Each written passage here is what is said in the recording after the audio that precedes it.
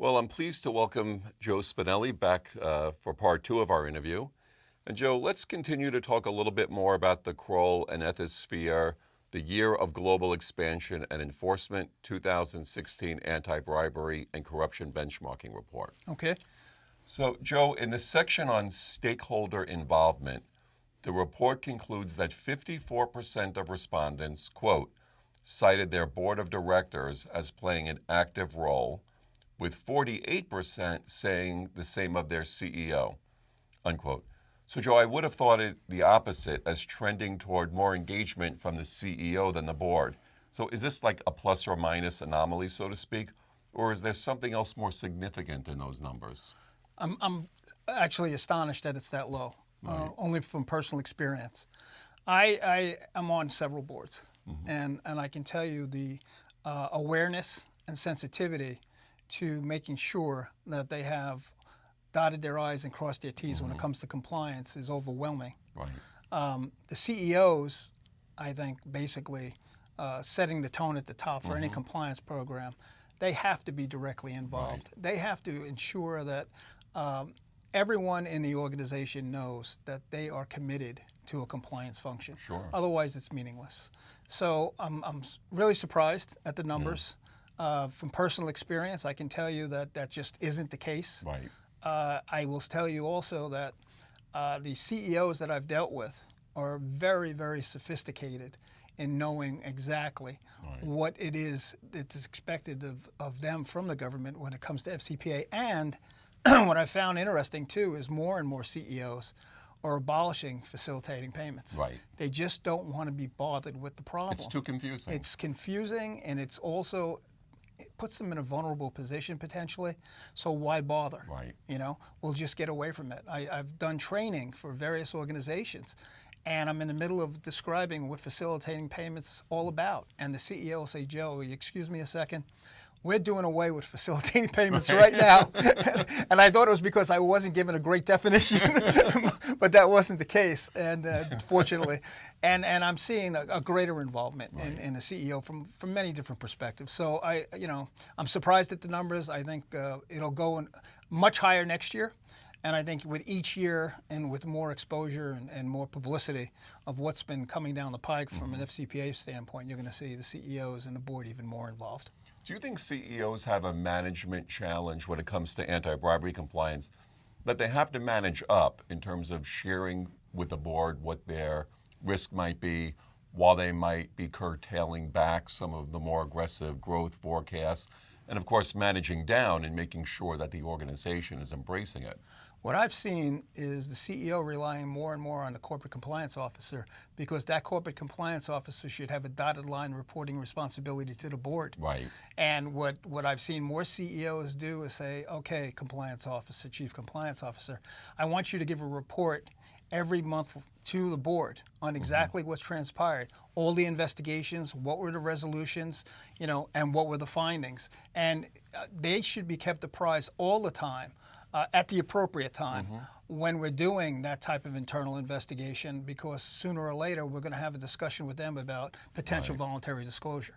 So I see the CCO having a much greater role. I see that the CEOs are basically deferring to them and saying, look, that's your responsibility. Keep me apprised along the way, but more importantly, make sure you keep the board apprised. Interesting. I've worked with a couple of organizations where even though the CCO reported into the general counsel, there's a one-on-one meeting with the head of the audit committee once a quarter. So it sounds like that's something that's exactly what I've been experiencing. Yeah. Interesting. So in the third parties and due diligence section, the report states that, quote, 75% of responding organizations rely on contracting provisions to set compliance expectations, unquote. While at the same time noting that fewer respondents are providing ethics and compliance-based trainings to their third party. So Joe, from my perspective, that's not good news, as I've seen how third parties don't take anti-bribery laws or contracts seriously, yet they're willing to sign provisions and documents that they do embrace the law. And of course, all this to get the deal and the company's representation. So Joe, do you think we're over-relying on paperwork as leading to a dangerous sense of complacency, by thinking that such agreements reflect that the third party does take anti-bribery laws and compliance seriously. I think what you just said is true, and I think it gives organizations a false comfort that the third parties are adhering to their compliance program. But let's get to the heart of the issue. The issue really is not just the contractual aspects of this, which obviously should include a right to audit and an attestation that they have to sign certifications that they do understand the compliance program and will attend training. But it's the training itself. What kind of training are you doing? I mean, if it's interactive, if it's videoed, and by the way, I recommend strongly that this training be videoed so you have evidence to show DOJ you've done it, because DOJ is all over this right now as far as training for third parties. Okay, interesting. So it's absolutely essential that you do this. And also, it doesn't hurt to have a little test at the end of it. Right. That's a lot more effective than just having them sign their name to a certification.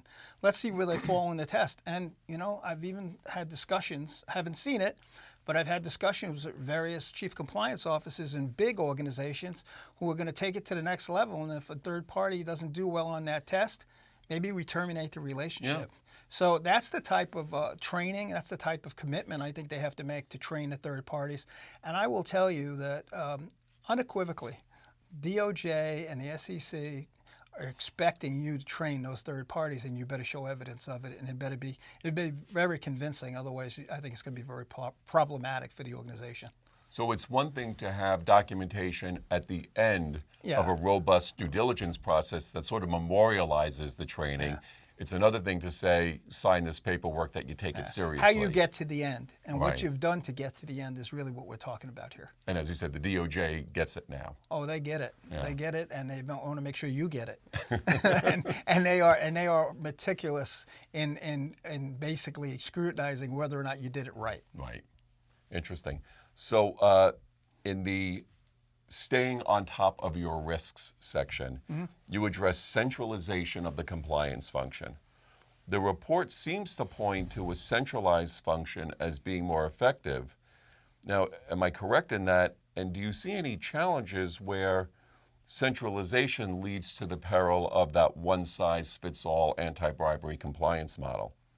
Well, I think centralization is a synonym for cohesion. Okay. And what I mean by that is I'm currently working on an engagement for an entity that has many subsidiaries. Okay. They came to us and they said, what would you recommend? How do we do this? And how do we roll out a compliance program for the subsidiary and then roll it out globally? Okay. Okay.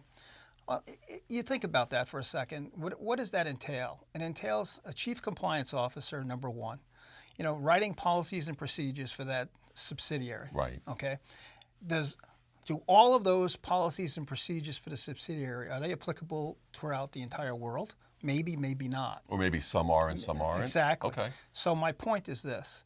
The chief compliance officer designates a deputy compliance officer in each one of the subsidiaries. Okay. And in each place where they do business. Okay, so it's regionally and by business Correct. function. Okay. They have monthly meetings.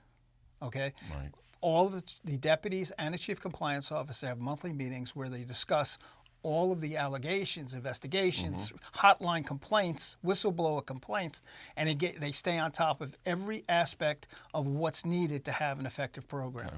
They amend policies and procedures as necessary. They continue to do risk assessments, which basically will help them continuously identify new risks that might, in fact, come to fruition in each one of those subsidiaries. And they amend the compliance program as often as necessary to ensure that it addresses all of the potential problematic areas. That, I think, is the cohesive way of doing it. Right. I think that's the most effective way of doing it, and it avoids the one-stop shopping where everyone says, "Okay, this is the way we do it," but it's not good there and it's good there. I think this is the most effective way to do it. The chief compliance officer really has his or her arms around the entire situation. They have designees in each various subsidiary who report to them on a regular basis, and they have a consistent, applicable way of making sure that no allegation goes uninvestigated. They need to investigate everything. They need to, more importantly, document that they've done those investigations. Too many times, I'll tell you, Richard, I've seen people have the best of intentions. They set up a hotline, an ethics line. They receive the complaints. They got an outside entity basically receiving the complaints, and they ship them in, and they do the investigation. They've done a nice investigation, and then DOJ comes in and says, show me proof you did it. They have no documentation. They haven't really, put themselves in a position to basically mitigate their exposure and potential culpability, and basically without that documentation and evidence that you've done it, it's meaningless. Well, and isn't like an undocumented compliance program a poor compliance program, sure. Right? Because isn't documentation part of it? Absolutely, and it's the same way when I'm talking about investigations that are being conducted, especially on the hotline investigations. It's the one you don't do well that really gets you every time. And I know something about hotlines, Richard. I can tell you very quickly a story. I was the first Inspector General in the history of New York State, so not being of sound mind, what's the first thing I do? I have no staff. I set up a hotline, statewide. Internally, or did you third party it? No, I did it myself. Wow. Internally. Had no staff. So 8:30 at night, I'm sitting in Albany. It's snowing as always, and the hotline rings. And I pick it up, and I said, State Inspector General's hotline. This was very hands-on. Yeah, very hands-on, but no choice. And he said, who is this? I said, this is the Inspector General. And he said, this is fabulous. I said, who is this? He goes, my name is so-and-so, and I'm a reporter for the New York Times. And I have to tell you, I'm impressed. The Inspector General answering his phone 8:30 at night. Hey, pal, I don't want to burst your bubble. There's nobody else here, okay? But the next day, I got about 24 calls. Right. So thank God I was able to have access to some great people and Sure. put them in place, because it's that one allegation, it's that one, call that you get that you don't follow up on Right. that can hurt you the most. And education, by the way, as far as hotlines go, is very, very important, because when we started out, 1 in 24 hotline complaints resulted in a viable investigation. When we were done at the end of 8 years, 1 in 4. Wow. And the reason that changed was because of the education. We educated the state employees the same way corporate America has to educate their employees on what is it that we're really interested in. Right. What is it that we really want to focus on, and what is it that we need to investigate that's not an HR offense, but something that might be potential misconduct. That's something we got to be looking at. Interesting. Well, Joe, Kroll has been doing these anti-bribery benchmarking reports since approximately what year? 2011. 2011. So we're going on almost 5 years now. This report can be found online, can it? Yes, it can. Yes, Okay, great. Most definitely. So sort of high level, looking back at the history of these surveys, where do you see the greatest problems, and where do you see let's call them challenges? Where are the greatest challenges, and where have you seen the greatest progress? I think the greatest progress I've seen is the fact that corporate America is definitely taking more of a proactive approach. Okay. They never did in the past. They would wait, they would see, and then they might, in fact, after there was a problem, try and put in a compliance program. That's not the case That's anymore. rolling the dice, right? Yeah. And now what I'm seeing is, they're proactively designing and implementing compliance programs. They're doing the third-party due diligence, which they should be doing, on existing third parties, as well as onboarding third parties. Okay. That's a huge plus. So no grandfathering anyone in. No. Everybody has to be included in that. Right. And I think that's where I've seen a tremendous plus and a positive influence in, basically corporate America trying to deal with FCPA. From a negative standpoint, I think it's their inability sometimes to address what we previously spoke about, which is interval monitoring. Right. And keeping their third-party due diligence current and ensuring that the status of the individuals that they initially did due diligence on is up to date, and they know exactly who's doing what and who's who. Right. Look, 75 to 80% of all the actions that are brought by DOJ and the SEC involve third parties. Right. It's the third parties, okay? Right. They're the ones that get you into trouble. They're the ones that are going to get you, really into some serious hot water. So to make a long story short, I mean, if you do those things correctly, I think, and you have a good compliance committee and a good compliance officer who knows exactly what the world's all about from a compliance standpoint. Look, DOJ also, I might add this, they've gone to great extent to hire their own compliance attorney. Right. You know, and when you think about it, that individual is going to make a decision whether or not you have an effective compliance program. Right. So all of what we talk about, everything we alluded to related to the components of the compliance program, the due diligence that's necessary, all that's going to play into an evaluation that that individual is going to make. And I will tell you, Hui Chen is a great lady, a very smart lady who can do that and do it very, very well. And she's going to know in 5 minutes whether or not you took all the necessary steps to have an effective compliance program. It's just that simple. So I think, the negative part is there's still too many organizations out there, and I see it every day, who want to try and manually do the type of due diligence that's necessary. It doesn't work. It's not cost effective. It takes too long. By the time they finally have it done, God only knows who that individual is at the end of the day. You got to have a portal. You know, we're blessed. Kroll's blessed. We have a tremendous portal that risk ranks third parties in a very, very cost effective and very, very, very quick and efficient way. And basically, when DOJ comes calling, you can show evidence that, hey, we did due diligence on all of our third parties. We risk ranked them according to what you told us we had to do in Opinion Release 08-02. And we have our houses in good order, and we believe that, we have our arms around the third party intermediary population that's doing business on our behalf. Let me ask you a question. I've always been curious about this. For small to medium-sized companies, whether they be private or publicly traded, do you think they're too intimidated by all of this, or do you see that it now looks scalable even from their perspective? I think more and more, regardless of the size of the organization, they are so aware of the problems that can result in not doing what we just described, that they are on top of it as much as the Fortune 100 companies of the world. Okay? Interesting. I will tell you, I have had discussions with many corporate compliance offices in medium range organizations, and the first thing they say to me is, geez, it's so costly, we can't afford it, And my answer is always the same. Well, tell me what's more costly.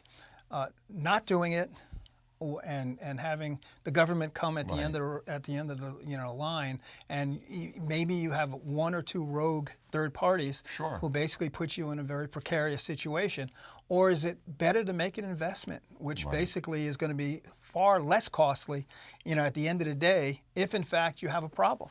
Because once you start talking about internal investigations and outside counsels and having to put yourself in that situation, and you know what I'm talking about, you're talking about millions of dollars. So, it might be a lot less expensive to do it right from the inception. And turning to your survey partners at Ethisphere, they would also add, it's probably going to help your business practices. Without question. I mean, not only does it help your business practices today, but from an investment standpoint, if people want to invest in your business, the first thing they're going to look at is, did they have any problems? And do I want to associate with that organization? They're looking. I'll tell you, more and more people are cognizant and sensitive to the fact that if they're going to do business with an organization, they want to make sure they have zero tolerance for corruption, that they have a compliance program, that they're good corporate citizens. And Ethisphere definitely knows how to risk rank those companies pretty well, I would say. So, I mean, that's evidence of what I'm talking about. I mean, and regardless of the size of the organization, I see more and more of a sensitivity to getting it done and doing it right. Well, thanks, Joe. That's a super team that put this together. Thank you. Thanks for joining me in the studio today. And we'll look forward to seeing you next year and see what the trends are then. I look forward to it. Thanks for having me. Pleasure. My pleasure.